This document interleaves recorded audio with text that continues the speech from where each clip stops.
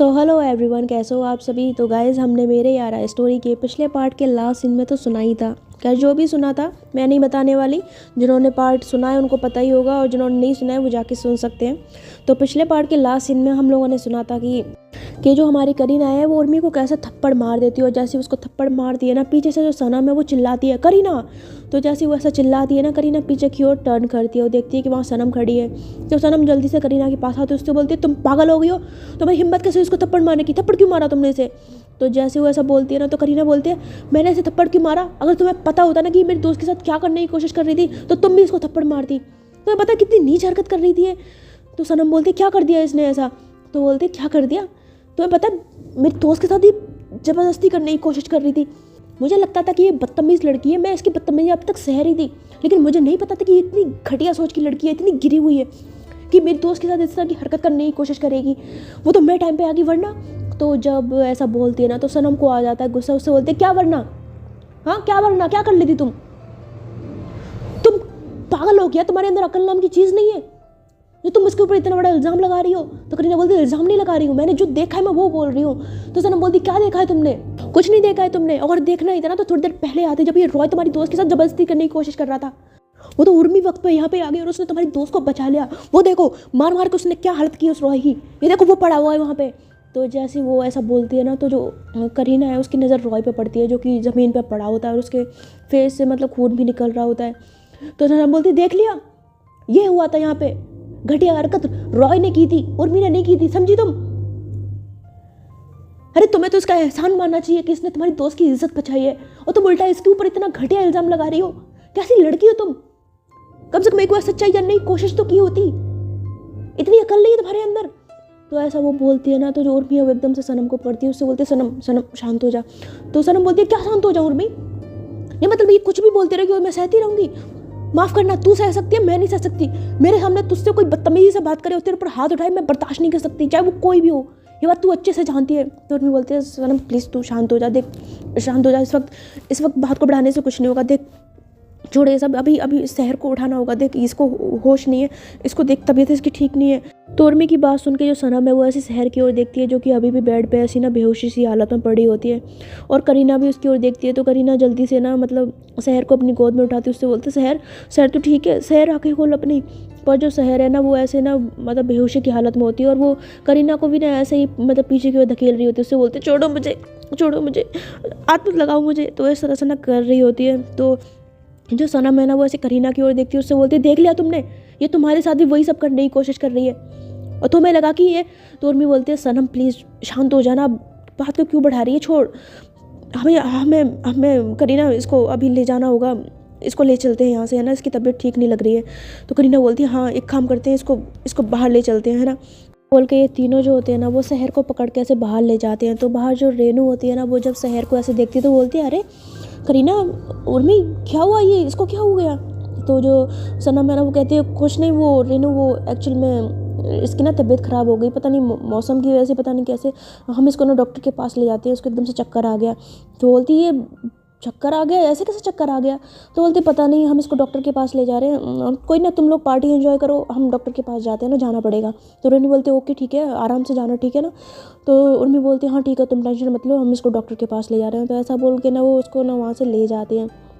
तो उर्मी जो है वो जल्दी से उसको अपनी गाड़ी में बिठाती है और उसके साथ करीना और सनम भी ना ऐसे शहर को पकड़ के पीछे ही बैठ जाते हैं। तो उर्मी बोलती है अब क्या करें। तो जो सनम है उससे कहती है कि मेरे पास में ना एक डॉक्टर अंकल रहते हैं, मैं उनको जानती हूँ, तुम उधर गाड़ी ले चलो, यहाँ से ज़्यादा दूर नहीं है, मैं तुम्हें बताती हूँ। तो उर्मी बोलती है अच्छा ठीक है। तो उसके बाद ये लोग ना उसको वहाँ पर डॉक्टर के पास ले जाते हैं। तो जो डॉक्टर अंकल होते हैं ना वो सनम को देखते कहते हैं अरे बेटा आप यहाँ इतनी रात को।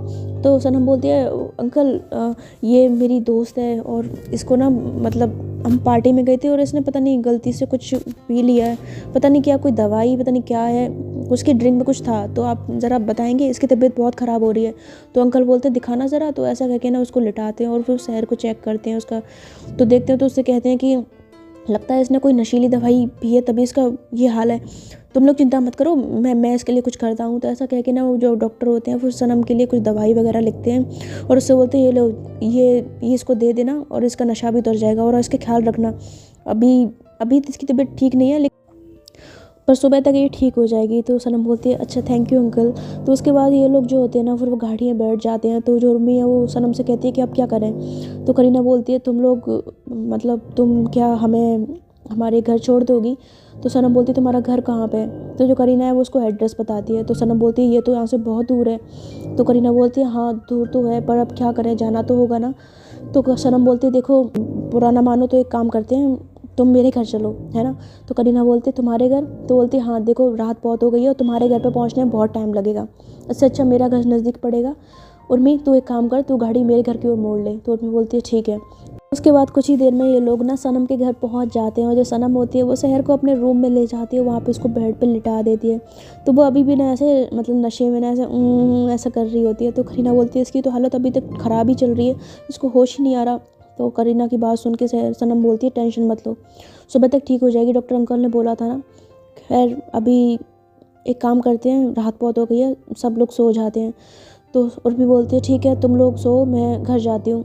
तो करीना वैसी ना उर्मी की ओर देखती है, उससे बोलती है तुम रात में घर जाओगे। तो उर्मी जो है वैसे करीना की ओर देखती है पर उससे कोई जवाब नहीं देती है। फिर वहाँ से कहती है अच्छा सनम मैं चलती हूँ। तो ऐसा कह के ना वो वहाँ से चली जाती है। तो जो करीना है ना वो समझ जाती है कि उर्मी है जो उससे नाराज़ हो गई है। तो उसे अपने किए पे ना बहुत बुरा लग रहा होता है, बहुत पछतावा हो रहा होता है। इधर जो सनम है ना वो ऐसी करीना की ओर देखती है और उससे बोलती है कि अच्छा तुम एक काम करो, तुम सो जाओ, यहीं पे सो जाओ, है ना, मैं किसी दूसरे रूम में जाके सो जाती हूँ। तो करीना बोलती है ठीक है। तो उसके बाद जो सनम होती है ना वहाँ से चली जाती है रूम बंद करके, और करीना जो वो शहर के बगल में सो जाती है। तो सो तो जाती है वो, मतलब लेट जाती है, पर उसको नींद नहीं आती क्योंकि वो बार बार ना उर्मी के बारे में सोच रही होती है। जब उसने उसे थप्पड़ मारा था, उसे इतना उल्टा सीधा बोला था, तो मन में कहती है मैंने कितना गलत किया उसके साथ। उसने तो शहर को बचाया था और मैंने उस बेचारी के साथ उसको थप्पड़ मार दिया। एक बार भी मैंने सोचा नहीं कि वजह क्या हो सकती है, असलियत क्या हो सकती है, कुछ सच जानने की कोशिश नहीं की, बस ऐसे मुंह उठाई और थप्पड़ मार दिया उसको। करीना तो इतनी स्टूपिड कैसे हो सकती है, कम से कम एक बार उससे पूछना तो चाहिए था, सच तो जानना चाहिए था। तो इस तरह से ना वो खुद को ही कोस रही होती है, खुद को ही ब्लेम कर रही होती है इस बात के लिए, और काफ़ी देर रात में यही सोच सोच के ना परेशान हो रही होती है। तो जो रात है ना वो ऐसे गुजर जाती है। तो जब सुबह होती है ना तो जो करीना है उसकी आँख थोड़ी जल्दी खुल जाती है, और जब जल्दी आँख खुलती है ना तो वो ऐसे ही मतलब वॉशरूम उसे जाना होता है तो वो वॉशरूम चली जाती है।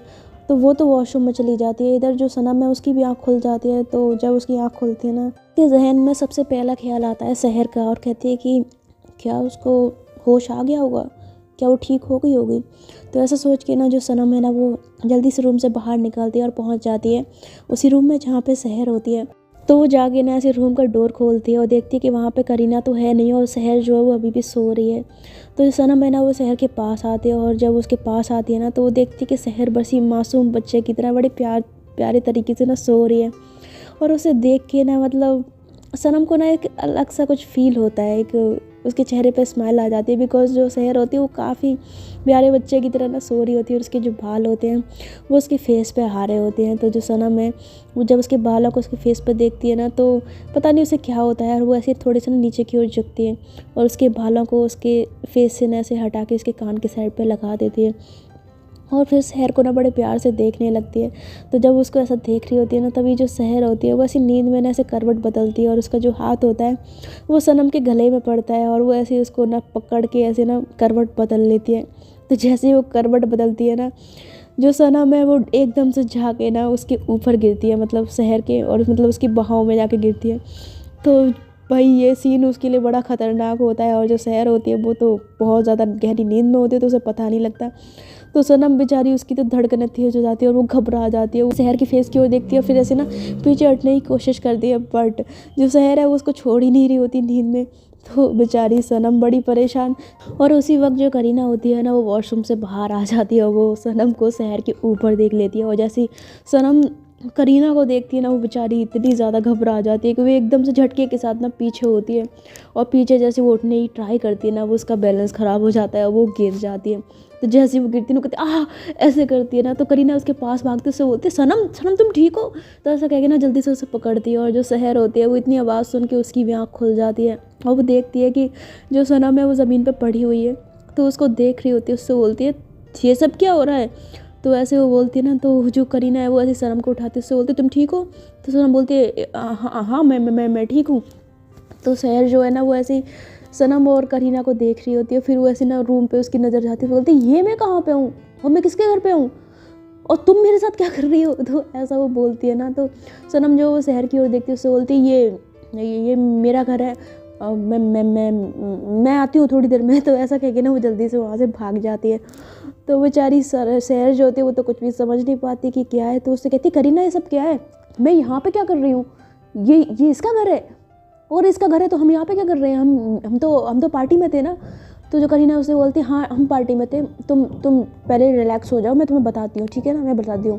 फिर बोलते बताओ, तो बोलते बताती हूँ ना, तो तुम पहले शांत हो जाओ, ये बताओ तुम्हारी तबीयत ठीक है, तुम्हें चक्कर तो नहीं आ रहे हैं, तुम्हें कोई प्रॉब्लम तो नहीं हो रही है, बताओ।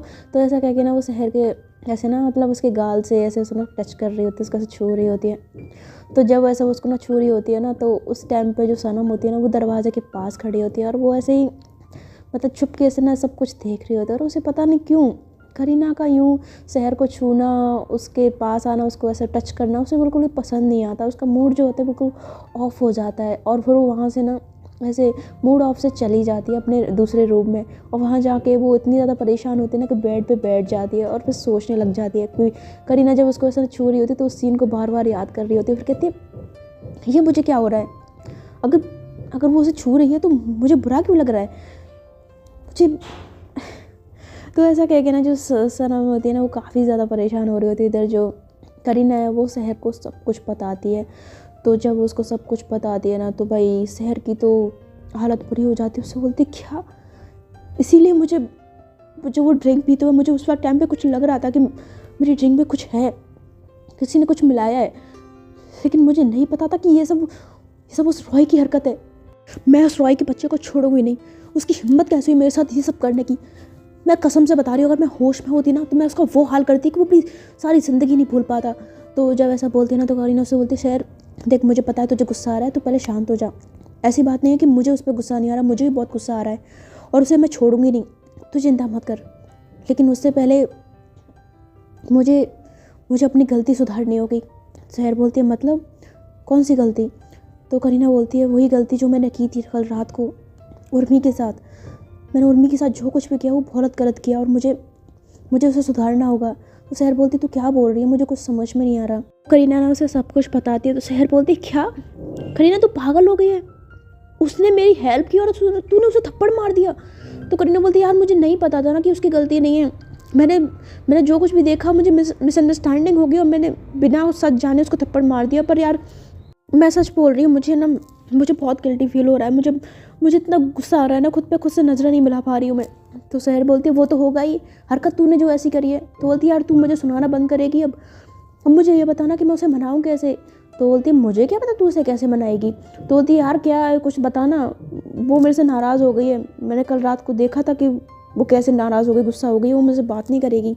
तो बोलती तू भी कौन से उससे ढंग से बात करती है, वो तो तेरे पीछे हाथ धो के पड़ी रहती है कि मुझसे दोस्ती कर लो। तुम तो उससे दोस्ती करना दूर, उससे सीधे मुँह बात भी नहीं कर सकती थी। अब तो तुमने उसको थप्पड़ मार दिया तो वो भी तुमसे बात नहीं करेगी, इतना तो पक्का है। तो करीना बोलती यार ऐसा मत बोल। तो शहर बोलती है ऐसा क्या मत बोल, अब जो सच है मैं तो वही बोल रही हूँ। तूने उसको थप्पड़ मारा है तो अब सीधी सी बात है वो तेरे से नाराज़ तो हुई होगी ना। तो करीना बोलती है नाराज़ तो हुई है और शायद मुझे ऐसा लगता है वो मुझसे बहुत ज़्यादा नाराज़ हो गई है, मुझे उससे माफ़ी मांगनी होगी, उसको मनाना होगा। तो शहर बोलती है मना लेना, लेकिन उससे पहले घर चलें, हम कब तक दूसरे घर में पड़े रहेंगे, घर नहीं चलना है। तो करीना बोलती है चलना है, क्यों नहीं चलना है, चलते हैं। तो शहर बोलती है हाँ चलो। उसके बाद ये दोनों रूम से निकलती हैं। तो करीना बोलती है एक बार सनम को बोल देती है ना कि हम जा रहे हैं। तो बोलती ठीक है बोल दो। तो ऐसे ना फिर सनम को आवाज़ देती है, उससे बोलती है सनम। तो सनम जो है ना वो ऐसे बाहर आती है, उससे बोलती है हाँ। तो करीना बोलती है अच्छा हम लोग अब चलते हैं। तो सनम बोलती है तुम लोग अभी क्यों जा रहे हो, थोड़ी देर और रुक जाओ ना। तो बोलती है नहीं यार मतलब बहुत हो गया, अब हम रात भर से यहाँ पे, तो अब चलते हैं। अच्छा ठीक है ना, बाय, कॉलेज में मिलते हैं फिर। तो सनम बोलती ठीक है।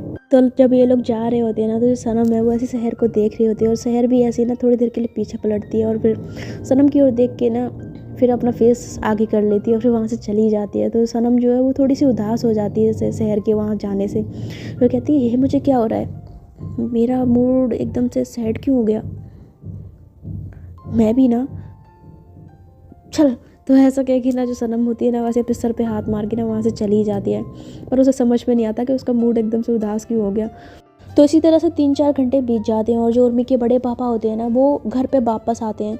तो जैसे वो गाड़ी से बाहर निकल के अंदर की तरफ जाते हैं ना, उर्मी की जो बड़ी माँ होती है ना वो जल्दी से भागते भागते उनके पास आते, उससे बोलते हैं आप आ गए, आपने इतनी देर क्यों लगा दी, मैं कब से आपका फ़ोन लगा रही हूँ, कोई फ़ोन नहीं लग रहा, कोई कुछ मैसेज नहीं, कहाँ गए थे आप। तो बोलते हैं तुम्हें क्या हो गया, तुम इतनी घबरा क्यों रही हो, सब ठीक तो है ना, आ गया ना वापस में। तो बोलती वापस तो आप आ गए, पर आपको पता है आपके पीठ पीछे क्या हुआ है यहाँ पे। तो बोलते क्या हुआ है। तो बोलते आपको पता है उर्मी को पुलिस उठा के ले गई है। तो उसके बड़े पापा जब ये सुनते हैं ना तो एकदम से वो तो मतलब उनका खून खौल जाता है। वो कहते क्या, उर्मी को पुलिस ले गई है, ये तुम क्या कह रही हो। तो बोलते मैं बिल्कुल ठीक कह रही हूँ, आप नहीं थे ना तो सुबह सुबह यहाँ पे पुलिस आई थी और उर्मी को पकड़ के ले गई। मैंने उन्हें रोकने की बहुत कोशिश की पर उन्होंने कहा कि उसके खिलाफ कंप्लेंट आई है, उर्मी ने किसी लड़के को बहुत बुरी तरह से मारा है, वो हॉस्पिटल में है और उसके बाप ने कंप्लेंट की है उसके खिलाफ, इसलिए वो उसको ले गए। आप जल्दी से मेरी बच्ची को बाहर लेके आइए, मुझे उसकी बहुत फिक्र हो रही है। तो उसके जो बड़े पापा होते हैं उर्मी के, वो कहते हैं तुम चिंता मत करो, मैं उस इंसान को छोड़ूंगा नहीं जिसने मेरी बेटी को अरेस्ट करवाया है। तो ऐसा बोल के उसके बड़े पापा जो होते हैं वो उल्टे पाँव वहाँ से गाड़ी में बैठ के ना थोड़ी देर में पुलिस स्टेशन पहुँच जाते हैं। और जब वो पुलिस स्टेशन पहुँचते हैं ना तो वहाँ पहुँच के ही जो वो देखते हैं कि उनकी जो उर्मी है वो वही लॉकअप में बैठी है बंदे। तो ये देख कर तो उनका खून और ज़्यादा खौल जाता है, वो गुस्से में चिल्लाते हैं कौन है यहाँ का इंस्पेक्टर। भाई उनकी आवाज़ सुन के ना तो थाने के सभी लोग ऐसे ना थर थर काँपने लग जाते हैं। तो जो इंस्पेक्टर होता है जिसने उर्मी को अरेस्ट किया होता है ना तो कहता है हेलो, इतना चिल्ला क्यों रहे हो, ज़्यादा गर्मी चढ़ रही है क्या, 2 मिनट नहीं लगेंगे मुझे तुम्हारी गर्मी उतारने में, ये पुलिस स्टेशन है, तमीज़ से समझे। तो वो ऐसा बोलता है ना तो जो उर्मी के पापा होते हैं वो ऐसे गुस्से से उस इंस्पेक्टर को देखते हैं और एकदम से उसका कॉलर पकड़ लेते हैं और उससे बोलते हैं तमीज़ के बच्चे, तुझे शायद पता नहीं है कि तू किससे बात कर रहा है, वरना मेरी बेटी को तू हाथ लगाने की हिम्मत भी नहीं करता, उसे अरेस्ट करना तो बहुत दूर की बात है। तो जैसा बोलता है ना तो वो इंस्पेक्टर कहता है देखो अपनी लिमिट में रहो, तुम्हारी इतनी हिम्मत कि तुमने एक ऑन ड्यूटी पुलिस ऑफिसर के कॉलर को पकड़ा, तुम जानते हो तुम्हें इसकी क्या सज़ा मिल सकती है। तो उसके बड़े पापा बोलते हैं अच्छा अब तू मुझे कानून सिखाएगा, एक बात मेरी कान खोल के सुन ले, चुपचाप मेरी बेटी को अभी के अभी लॉकअप से बाहर निकाल, वरना तेरी ये वर्दी ना मैं खड़े खड़े यहीं उतरवा दूंगा, आई बात समझ में। तो ऐसा बोलता है ना, वैसे बोल के ना उसको मतलब पीछे की ओर धक्का देता है। तो इंस्पेक्टर होता है ना वो ऐसे चेयर पर जाके गिरता है। तभी जो इंस्पेक्टर है ना वो ऐसे एक हवलदार के वो दिखता है। तो हवलदार उसके पास आता तो उससे बोलता है सर क्या कर रहे हैं आप, हमने आपसे पहले ही कहा था आप उस लड़की को छोड़ दीजिए, आप नहीं जानते ये कौन है, वो लड़की इनकी बेटी है, आपको पता नहीं है कि आपके साथ क्या हो सकता है। तो इंस्पेक्टर उस हवलदार को बोलता है वो जस्ट शट अप ओके। तो ऐसा वो बोल ही रहा होता है। तभी जो रॉय के फादर होते हैं ना वो वहाँ पे आ जाते हैं और कहते हैं इंस्पेक्टर मैंने आपसे कहा था उस लड़की को अरेस्ट करने के, आपने कर लिया। तो इंस्पेक्टर कहता है आइए आइए सर, आपने जैसा कहा था ना मैं उस लड़की को अरेस्ट कर लिया है, ये देखिए बंद है लॉकअप में, आप चिंता मत करिए, इसको तो मैं ऐसे सर दिलवाऊंगा ना कि ज़िंदगी भर याद रखेगी। तो ऐसा जब बोलता है ना तो उसके रॉय के जो फादर होते हैं ना वैसे उर्मी को गुस्से से देख रहे होते हैं और उर्मी वैसे ना देख रही होती है। तो उसके जो बड़े पापा हैं जब वो उन दोनों की ऐसी बातें सुनते हैं उससे बोलते हैं तुम वो इंसान जिसने मेरी बेटी के खिलाफ कंप्लेंट की है। तो जैसे वो आदमी उर्मी के फादर को देखता है ना तो वो कहता है सर आप यहाँ पे आप यहाँ पे क्या कर रहे हैं। तो बोलते हैं तुम्हें पता ही नहीं कि मैं यहाँ पे क्या कर रहा हूँ, तुमने मेरी बेटी के खिलाफ कंप्लेंट की, उसे अरेस्ट करवाया और तुम मुझसे पूछ रहे हो कि मैं यहाँ पे क्या कर रहा हूँ। तो बोलता है आपकी बेटी, सर मैंने आपकी बेटी के खिलाफ नहीं, मैंने तो इस लड़की के खिलाफ कंप्लेंट करवाई थी, इसने आपको पता है इसने मेरी बेटे के साथ क्या किया है। तभी जो उर्मी है वो कहती है क्या किया है मैंने उसके साथ, अरे मैंने उसके साथ जो किया है ना वो तो बहुत कम किया है, उसने जो नीच हरकत की थी ना उसके लिए तो उसे और ज़्यादा कड़ी सज़ा मिलनी चाहिए थी, जो वो तो बच गया उस टाइम पे, वरना मैं उसको जिंदा नहीं छोड़ती, उसको जान से ख़त्म कर देती। तो जो रॉय का फादर होता है वो कहता है देखा सर आपकी बेटी अभी भी मेरे बेटे को जान से मारने की धमकी दे रही है, अब आप भी बताइए मैं कंप्लेंट ना करता तो मैं क्या करता। तभी पीछे से ना करीना की आवाज़ आती है और वो कहती है अच्छा इसने क्या किया वो तो आपने बता दिया, लेकिन अपने बेटे की करतूत बताएंगे आप ज़रा। तो ऐसा वो बोलती है ना तो सब ऐसे ना उनकी तरफ देखते हैं और देखते हैं कि वापस सनम, सहर और करीना खड़े हुए हैं।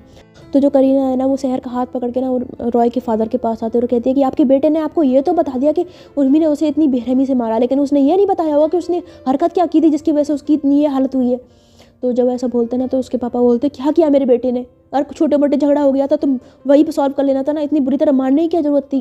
तो बोलते छोटा मोटा झगड़ा नहीं हुआ था, आपके बेटे ने इतनी नीच हरकत की ना कि मुझे बताते हुए शर्म आ रही है। आपके बेटे ने मेरी दोस्त की इज्जत पे हाथ डाला, इसके साथ गलत करने की कोशिश की, वो भी इसको बेहोश करके, इसकी ड्रिंक में दवाई मिला के, नशे की दवाई मिला के। अब आप ही बताइए मुझे कि आपकी इस बेटे की इस हरकत पे उसे सज़ा नहीं मिलनी चाहिए, अरे मैं तो कहती हूँ उर्मी ने तो उसे बहुत कम मारा है, उसे तो सज़ा और बड़ी मिलनी चाहिए थी।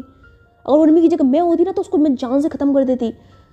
तो वो ऐसा बोलती है ना, तो जो उसके बड़े पापा होते हैं ना वो ऐसे इंस्पेक्टर की ओर देखते हैं, उससे बोलते हैं इंस्पेक्टर सुन लिया तुमने क्या कह रही है ये लड़की?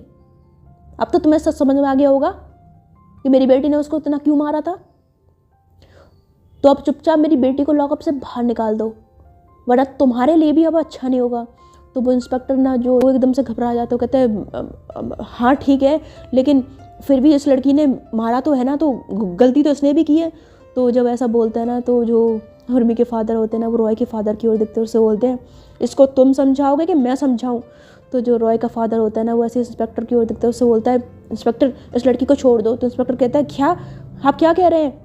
आपने तो इसके खिलाफ कंप्लेंट की थी ना? तो वो कहता है हाँ मैंने की थी, अब मैं खुद कंप्लेंट वापस ले रहा हूँ, इस लड़की को छोड़ दो, अभी की अभी छोड़ो इसको, मैं कह रहा हूँ ना छोड़ो उसको। तो जो इंस्पेक्टर होता है ना वो ऐसे गुस्से से रॉय के फादर की ओर देखता है, फिर ऐसे उर्मी के फादर की ओर देखता है, फिर उसके पास कोई ऑप्शन नहीं होता, वो जाके ना फिर उर्मी को लॉकअप से बाहर निकाल देता है। तो जो रॉय का फादर होता है ना वो उर्मी के पापा से कहता है कि देखिए सर मैंने आपकी बेटी को बाहर निकलवा दिया, आप मेरे से नाराज़ नहीं है ना, और आप देखिए जो कुछ भी हुआ उस चीज़ को भूल जाइए, मैं भी भूल जाऊँगा।